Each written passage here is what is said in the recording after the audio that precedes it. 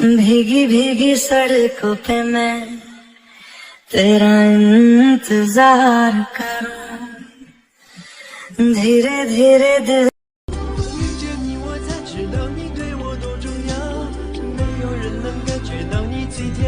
जो दिल को भर रही है वो तेरी शायरी है या कोई शायरा.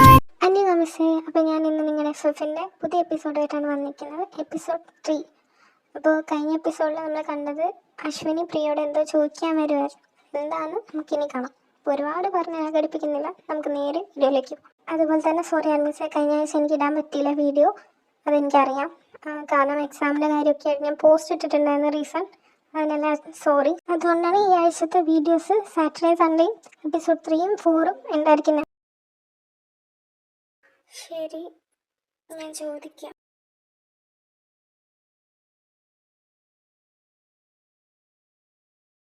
എടാ, അന്ന് കൃഷ്ണ നിന്നോട് ചോദിച്ചില്ലേ നിന്റെ പാരൻസ് എവിടെയാന്ന്? അപ്പം നീ പറഞ്ഞു അവരവരുടെ വീട്ടിലെന്ന്. അപ്പം എന്താ അങ്ങനെ പറഞ്ഞു? പിന്നെ ക്ലാസ്സിൽ വേറെ ആരോ കേട്ടപ്പോൾ അവർ പുറത്താന്ന് പറഞ്ഞു. പിന്നെ ഒരു ടീച്ചർ കേട്ടപ്പോൾ നാട്ടിലാണ് രണ്ടുപേരും. ഇങ്ങനെ ഒത്തിരി മാറ്റി പറഞ്ഞല്ലോ, അതെന്നാ? താൻ കംഫർട്ടാണെങ്കിൽ മാത്രം പറഞ്ഞാൽ മതി, നീ ഓക്കെ ആണെങ്കിൽ മതി, അല്ലെങ്കിൽ വിട്ടേക്ക്. അത് പിന്നെ എന്നാൽ പിന്നെ വിട്ടേക്കടാ, പറയണ്ട. നീ കംഫർട്ട് ആയിരിക്കില്ല ഇത് പറയുന്നുണ്ട്, എനിക്കിത് മനസ്സിലാവുന്നുണ്ട്. കംഫർട്ടല്ല, പക്ഷേ എന്താ വിട്ടേക്ക്, ഞാൻ പറയാം. കാരണം ഹൈഡാക്കി വെക്കണമെന്നൊന്നും എനിക്കില്ല, ഞാനത് അക്സെപ്റ്റാക്കി ഓൾറെഡി മൂവ് ഓൺ ആയി. അതുകൊണ്ട് എനിക്കതൊരു പ്രശ്നമില്ല. പക്ഷെ എന്തോ അത് ഓർക്കുമ്പോൾ ഉള്ളൊരു ചെറിയ വിഷമം, അത്രേ ഉള്ളൂ. അത് കുഴപ്പമില്ല. നീ ഓക്കെ ആണെങ്കിൽ പറ. എൻ്റെ പാരൻസ് ഡിവോഴ്സ്ഡാണ്. അത് ഏകദേശം ഞാൻ ജനിച്ചതിന് ശേഷമായിരുന്നു ഉണ്ടായത്. അതിന് ശേഷം അച്ഛൻ വേറെ കല്യാണം കഴിച്ചു. അത് കഴിഞ്ഞ് കുറച്ച് നാൾക്ക് ശേഷം ഒരു കുട്ടി ഉണ്ടായവർക്ക്. അത് പേര് അക്ഷയ്. അവനിപ്പോൾ ഏകദേശം എനിക്കൊന്ന് 3rd സ്റ്റാൻഡേർഡ് സംതിങ് ആയിരിക്കും. ഞങ്ങൾ കാണുന്നതൊക്കെ കോട്ട വെച്ചാണ്. പിന്നെ ചേട്ടനും അച്ഛനൊപ്പം പോവും, കുറച്ച് ഡേയ്സ് കഴിഞ്ഞ് വരും, അങ്ങനെയായിരുന്നു. അപ്പം നീ കൂടെ പോവില്ലേ? ഇല്ലടാ, അതിന് കോട്ടിലച്ഛൻ രണ്ടുപേരും വിടാനാണ് പറഞ്ഞത്. പക്ഷേ അമ്മ പിന്നെ ഗ്രാൻഡ് പാരൻസ് പറ്റില്ല എന്ന് പറഞ്ഞു. അങ്ങനെ കുറച്ച് വലുതായിട്ട്, ഇപ്പോൾ ചേട്ടൻ ചെറുതല്ലേ ആ ഒരു ടൈമിൽ, അങ്ങനെ കുറച്ചുകൂടെ വലുതായി കഴിയുമ്പോഴത്തേക്കൊരു 3-ലോ 2-ലോ സംതിങ് ആണെന്ന് തോന്നുന്നു, എനിക്ക് ഓർമ്മയില്ല, ഞാൻ ചെറുതല്ലായിരുന്നു. അങ്ങനെ ആ ഒരു രീതിയിൽ ആ 2-3 ക്ലാസ്സൊക്കെ ആകുമ്പോഴത്തേക്കും വലുതാകുമല്ലോ, ആ ഒരു ഇതിൽ അപ്പം വിടാമെന്നും എന്നെ കാണിക്കാമെന്നും മാത്രം പറഞ്ഞു. ആഹാ, അപ്പോഴും നിന്നെ വിടാമെന്ന് പറഞ്ഞില്ലേ? ഇല്ലടാ, വിടൂല. ഏകദേശം ഒരു 18 വരെ അങ്ങനെയായിരിക്കും. പിന്നെ കോർട്ട് റൂൾ അനുസരിച്ച് രണ്ടുപേരോടും, ചേട്ടനോടും എന്നോടും ചോദിക്കും എവിടെ നിൽക്കണം. ഞങ്ങൾ പറയുന്ന അയ്യോ, അത് കഷ്ടമായിപ്പോയി. നിനക്ക് അച്ഛനൊപ്പം നിൽക്കണമെന്ന് ആഗ്രഹമില്ല? പിന്നല്ലാണ്ട് ആഗ്രഹമൊക്കെ ഉണ്ട്, പക്ഷേ ഇത് ഉണ്ടായെന്ന് പറഞ്ഞ കാര്യമില്ലല്ലോ, വീട്ടിൽ നിന്ന് വിടണ്ടേ. എടാ, ഇത് ശരിയല്ലാന്നേ ഞാൻ പറയൂ. കാരണം ചേട്ടൻ പോകുന്നുണ്ട്, പിന്നെ എന്തേ നിന്നെ വിടാത്തെ? നിന്നെ മാത്രം. അതേടാ, ശരി, അത് വിട. അപ്പോൾ നിൻ്റെ അമ്മ സെക്കൻഡ് മാരേജ് ചെയ്തു? ആ, സെക്കൻഡ് മാരേജ് ചെയ്തു, പക്ഷേ ആദ്യമേ ചെയ്തില്ല. ഒരുപാട് നാൾക്ക് ശേഷം കോവിഡ് ടൈമിലെന്തോ അമ്മ അങ്ങനെ ഡിസിഷൻ എടുത്തു. ഞങ്ങളോട് കേട്ടു, ഞങ്ങളത് സമ്മതിച്ചു. കാരണം അത് അമ്മയുടെ ഇഷ്ടമല്ലേ, നമ്മളെ എതിർക്കാൻ പാടില്ലല്ലോ. അതാ പിന്നെ ഞങ്ങൾ അങ്ങനെ പറഞ്ഞു. ഓ, എന്നിട്ട് നിങ്ങളെ കൊണ്ടുപോയി? ഇല്ലടാ, കൊണ്ടുപോയില്ല. അതെന്നെ കൊണ്ടുപോകത്തെ? ഗ്രാൻഡ് പാരൻസ് അലോവിങ് അല്ലായിരുന്നു. അതെന്താ അവർ അലോവിങ് അല്ലാത്ത? അത് പിന്നെ ന്യൂസൊക്കെ കാണുന്നതല്ലേ, വിശ്വസിക്കാൻ പറ്റില്ലല്ലോ എന്ന്. ഇവരിതെന്താണോ അച്ഛനൊപ്പം വിടൂല, അമ്മയ്ക്കൊപ്പം വിടൂല. കൊള്ളാം നിന്റെ ഗ്രാൻഡ് പാരൻസ്. എന്തായാലും അത് പോട്ടെ. പിന്നെ അതിനുശേഷം നീ ഓക്കെ ആയിരുന്നോ? അത് പിന്നെ ഇല്ല. അന്ന് അമ്മ സെക്കൻഡ് മാരേജ് ആയ അന്നൊരു ചെറിയ ഇൻസിഡൻറ്റ് ഉണ്ടായി. ഞാൻ ഒരു ദിവസം അവിടെ നിന്ന് എല്ലാം തുടങ്ങി. എന്ത് ഇൻസിഡൻറ്റ്? എന്താ ഉണ്ടായേ? അത് അന്ന് മാരേജിൻ്റെ അന്ന് അമ്മ പപ്പയോടൊപ്പം ഇരുന്ന് കഴിക്കുന്ന ടൈം എന്നെ ഓർത്തില്ല. കാരണം ഞങ്ങൾ ഒരുമിച്ച് കഴിക്കുന്നത് ഉറങ്ങുന്നത്. പക്ഷേ അന്ന് ഓർത്തതുമില്ല, ഒന്നും മൈൻഡ് ചെയ്തതുമില്ല. അതുകൊണ്ട് ഞാനൊന്നും കഴിച്ചില്ല. പക്ഷേ ഞാനത് അടച്ചു വെച്ചത് എൻ്റെ കസിൻ അബി, അവൻ കണ്ടായിരുന്നു. അവനത് മനസ്സിലായി. കാരണം അതെൻ്റെ ഫേവറേറ്റ് ഫുഡായിരുന്നു, ബിരിയാണി. എന്നിട്ടും കഴിച്ചില്ല. അതുകൊണ്ട് അവനത് ശ്രദ്ധിച്ചായിരുന്നു. അവനുടനെ മനസ്സിലായി മറ്റാരെക്കാട്ടിലും അവനെ ഈ സിറ്റുവേഷൻ നന്നായി മനസ്സിലാവും. അതെന്താ അങ്ങനെ? അത് പിന്നെ എടാ, അത് അവൻ്റെ പേഴ്സണൽ കാര്യമാണ്. അവനതങ്ങനെ ആരോടും പറയണ ഇഷ്ടമല്ല. അതുകൊണ്ട് ശരി, അത് വിടും. അതിനുശേഷം എങ്ങനെ അത് എന്നെ കസിൻ ഇല്ലേ, അവൻ എന്നെ സമാധാനിപ്പിച്ച് അങ്ങനെ ഈവനിങ് വിരുന്ന് പോകൂലേ, അതിനെല്ലാവരും പോകാനിറങ്ങി. ഞങ്ങൾ പോയില്ല, ചേട്ടനും പോയില്ല. അതെന്നാ പോവാത്ത? ചേട്ടനെന്താ പോവാത്തതെന്നറിയില്ല. ഞാൻ പോവാത്തത് വെറുതെ എന്തിനാ അങ്ങനെ കരുതി. അപ്പോൾ കസിൻ പറഞ്ഞ് പോയി നോക്ക്, അപ്പോൾ മിണ്ടും ആൻറ്റി, അങ്ങനെയെങ്കിലും കാണാമല്ലോ. ഇനി എപ്പോഴാ പിന്നീട് കാണാമെന്നറിയില്ല. എന്നിട്ട് നീ പോയോ? പോയായിരുന്നു. ആഹാ, എന്നിട്ട് കണ്ടോ? മിണ്ടിയായിരുന്നോ? കണ്ടു, പക്ഷേ എന്നെ അമ്മ മൈൻഡാക്കിയില്ല രാവിലത്തെ പോലെ. അതെന്താ മൈൻഡാക്കാത്ത? അറിയില്ല.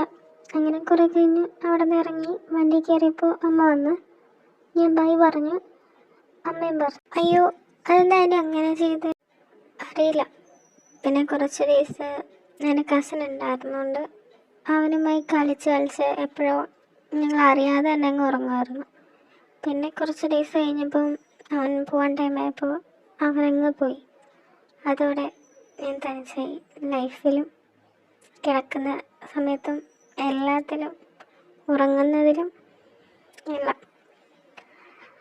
സാധാരണ ഉറങ്ങുമ്പോൾ അമ്മ ഒപ്പം ഉണ്ടായിരുന്നു, വീട്ടിൽ ഒരുമിച്ച് കിടക്കാറ്. പക്ഷേ അന്ന് ഞാൻ ഒറ്റയ്ക്കായിരുന്നു. അതോടെ എൻ്റെ ഉറക്കമില്ലാത്ത രാത്രികളും എല്ലാം അങ്ങ് തുടങ്ങി. ഉറക്കം നഷ്ടമായി. എല്ലാം കഴിഞ്ഞ് അതെല്ലാം എന്നെ സൂയിസൈഡ് സ്റ്റേജിലേക്ക് എത്തിച്ച. ഞാൻ ബ്ലേഡ് എടുത്തു. എടാ, ഒരിക്കലും അത് ചെയ്യില്ല. അത് ചെയ്താൽ ഇതിനൊരു മാർഗ്ഗമാവില്ല. നിനക്ക് തോന്നുന്നുണ്ട് ഇതിനൊരു മാർഗ്ഗമാവുമെന്ന്? I can understand your situation, but suicide is not at all a solution for anything. It's always a wrong decision. Remember it. ശരിയാടാ, എനിക്കറിയാം. പക്ഷേ അന്നതെനിക്ക് പറഞ്ഞുതരാൻ ആരുമില്ലായിരുന്നു. മെയിൻലി ഞാൻ ട്രോമയിലേക്ക് എത്തിയ വേറൊരു കാര്യമുണ്ട്. അതുപോലും ഞാൻ എന്താ പറയുക, ഞാൻ മനസ്സിലാക്കിയത് പറഞ്ഞു തന്ന ഞാൻ മനസ്സിലാക്കിയത് പലതും ആരും പറഞ്ഞു തന്നതല്ല. ഞാൻ തനിയെ അറിഞ്ഞതാ പലതും. ഒരുപാട് വൈകിയായിരുന്നു പലതും ഞാനത് മനസ്സിലാക്കിയത്. ആ സമയത്ത് പോലും പറഞ്ഞു തരാൻ ആരും ഉണ്ടായിരുന്നില്ല. ഓ, ഇങ്ങനെയൊക്കെ കടന്നു പോയല്ലേ നീ, അതും ഈ പ്രായത്തിൽ. സാരമില്ല. ശരി, അത് ബാക്കി പറ. നീ എന്താ ചെയ്ത്? അത് ഞാൻ ബ്ലേഡ് എടുത്ത്.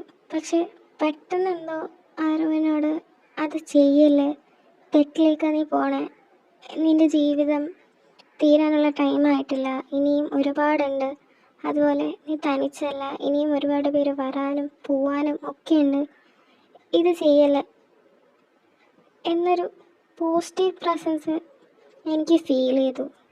അപ്പോൾ പെട്ടെന്ന് എങ്ങനെയാണെന്നറിയില്ല, എന്താ പറയുക, എൻ്റെ ഫ്രണ്ട് ബീറ്റീസിനെ പറ്റി പറഞ്ഞിട്ടുണ്ടായിരുന്നു. അങ്ങനെ ഒരു ഓർമ്മ എനിക്ക് വന്നു. പക്ഷേ ആ ടൈമിൽ എനിക്ക് ജസ്റ്റ് ആ ഒരു 3 ലെറ്റർ മാത്രമേ അറിയാമായിരുന്നുള്ളൂ. അങ്ങനെ എനിക്കത് അറിയണമെന്ന് തോന്നി. അങ്ങനെ ഗൂഗിളിൽ സെർച്ചാക്കി നോക്കി. അപ്പോഴാണ് കണ്ടേ അവരൊരു K-pop ബാൻഡാണ്, കൊറിയൻ പോപ്പ് മ്യൂസിക് അങ്ങനെയാണെന്ന് അറിഞ്ഞത്. അങ്ങനെ ഉടനെ യൂട്യൂബ് എടുത്ത് സെർച്ചാക്കി. അപ്പോൾ ഒരു സോങ് എനിക്ക് കിട്ടിയായിരുന്നു. അത് ലൈഫ് ഗോസ് ഓൺ എന്നായിരുന്നു. അതെന്തോ എന്നെ ഒരുപാട് പിടിച്ചു നിർത്തി. ലൈക്ക് ഇറ്റ് മേക്സ് മീ എന്തോ എനിക്ക് ഇനിയും ലൈഫുണ്ട്, ഇതൊക്കെ ലൈഫിലുണ്ടാവും, അതെല്ലാം കടന്നു പോകണം എന്നൊരു തോട്ട് വന്നെനിക്ക്. അങ്ങനെ വേറെ സോങ് ഞാൻ അടുത്തത് ഇങ്ങനെ ഇട്ട് നോക്കി. അത് ഐ നീഡ് യു എന്ന് പറഞ്ഞ സോങ്ങായിരുന്നു. ദാറ്റ്സ് റിയലി മേക്സ് മീ എന്താ പറയുക, എന്നെ സ്ട്രോങ് ആക്കി ഒരുപാട്. ഞാൻ തനിച്ചല്ല. അങ്ങനെ ഞാൻ അവരുടെ ഇൻ്റർവ്യൂ ഒക്കെ കണ്ടു. അവരെ പറ്റി അറിയണം എന്നെനിക്ക് തോന്നിയായിരുന്നു. അപ്പോൾ അവരെ പറ്റി അറിയാൻ അങ്ങനെ അവരുടെ ഫസ്റ്റ് ഇൻ്റർവ്യൂ യൂണിസെഫിൻ്റെ കണ്ടായിരുന്നു. അതിൽ അവരുടെ ലീഡർ ഒരു സ്പീച്ച് പറഞ്ഞിട്ടുണ്ടായിരുന്നു. അതിലെ ആ വാക്കുകൾ അവരിലേക്ക് എത്തിച്ചു. ഞാൻ ഒരുപാട് അതിലേക്കായി. ആ വാക്കുകൾ എനിക്കറിയാലോ. അങ്ങനെ അവരെ കൂടുതൽ അറിഞ്ഞ് അവരെ ഫാൻ തന്നെയായി. അപ്പോഴാണ് അറിഞ്ഞ ഫാൻസിനെ അവർ ആർമി എന്നാണ് വിളിക്കുന്നത്. അങ്ങനെ അത് തന്നെ ആയി. അങ്ങനെ അവർ ഒഫീഷ്യൽ ഗ്രൂപ്പിലൊക്കെ കയറി. ലോകം മൊത്തം ആർമീസ് ഉള്ള ഗ്രൂപ്പ് ഉണ്ടല്ലോ, അതിൽ കയറി. പക്ഷേ ബോർഡൊക്കെ ആയപ്പോൾ വീട്ടുകാർ ലെഫ്റ്റാക്കി, ഫോണൊക്കെ യൂസ് ചെയ്ത് നിർത്തി. എനിക്ക് വന്നു. പക്ഷേ അതിന് മുന്നേ ഓൾറെഡി FF ഒക്കെ കാണുമായിരുന്നു. അപ്പോൾ അത് പിന്നെ വായിക്കുകയും FF വായിക്കുകയും ഫാൻ ഫിക്ഷൻസ് ഇല്ലേ വായിക്കുകയും കാണും. മലയാളവും എല്ലാ ലാംഗ്വേജ്, ഇംഗ്ലീഷ്, ഹിന്ദിയൊക്കെ ഉണ്ടായിരുന്നു. അപ്പോൾ അതൊക്കെ കാണുമായിരുന്നു. പിന്നെ അറിയാലോ PL. അങ്ങനെ ഒരു എന്താ പറയുക, മലയാളം FF ചെയ്യുന്ന ഒരു ചേച്ചി ഉണ്ടായിരുന്നു. ആ ചേച്ചി Kerala army fans group plan ചെയ്യാൻ തുടങ്ങാമെന്ന് പ്ലാൻ ചെയ്യുന്നുണ്ടായിരുന്നു.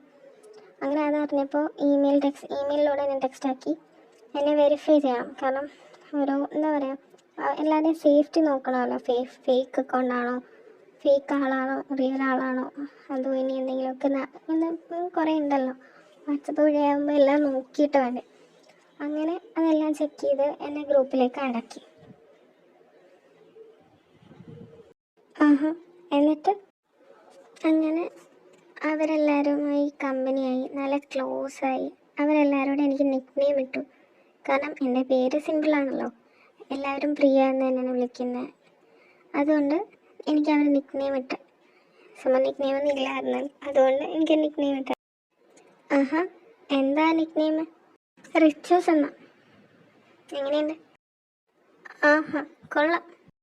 അങ്ങനെ ഇരുന്നപ്പോൾ ആ ചേച്ചിയില്ലേ, ഞാൻ കമ്പനിയായ ആ ചേച്ചി കുറേ പേര് അമ്മ, ജെന്നി മമ്മി അങ്ങനെയൊക്കെ വിളിക്കുന്ന കേട്ടു. അപ്പം എനിക്കും വിളിക്കണമെന്ന് തോന്നി.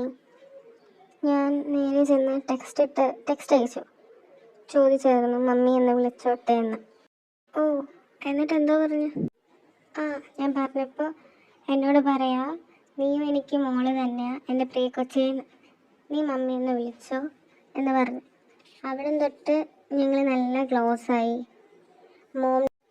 ഇപ്പം എൻ്റെ ലൈഫിലെ മോസ്റ്റ് ഇമ്പോർട്ടൻറ്റ് പേഴ്സൺ തന്നെ എൻ്റെ മമ്മി.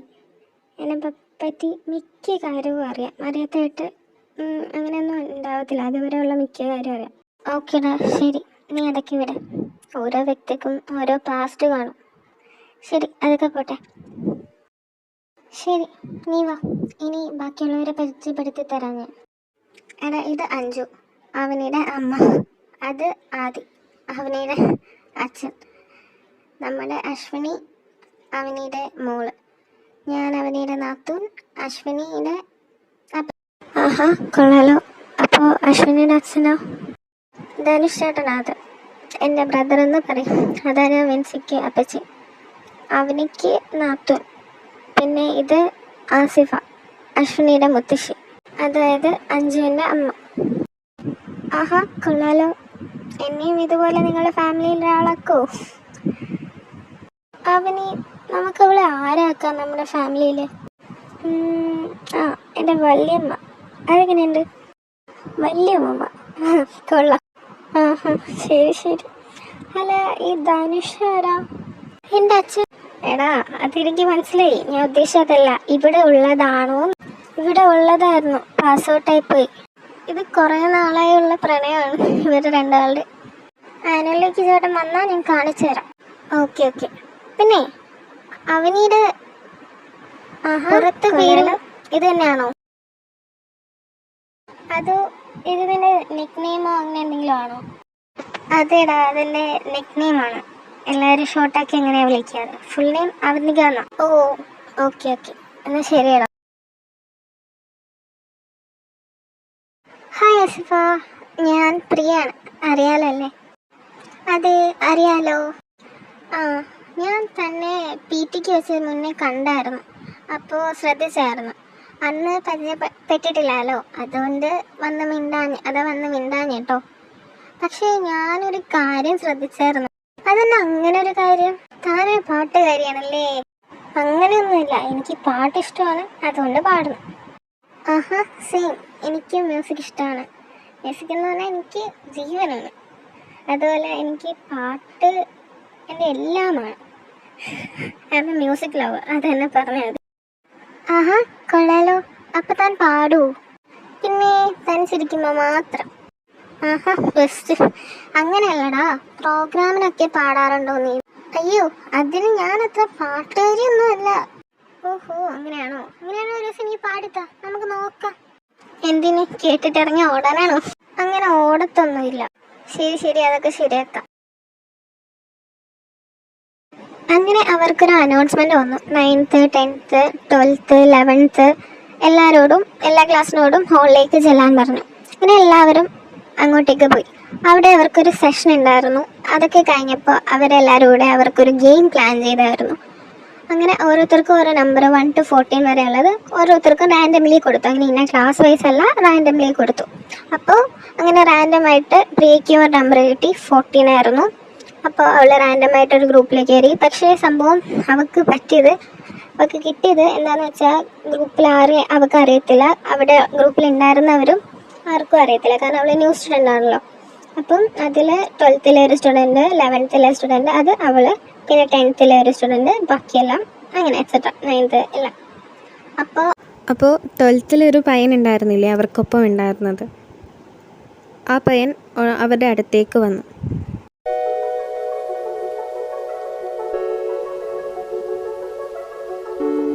എടാ, നിങ്ങളൊക്കെ എന്തെങ്കിലും ഇങ്ങനെ നിന്നാ പറ്റൂല, വേഗം ആവട്ടെ.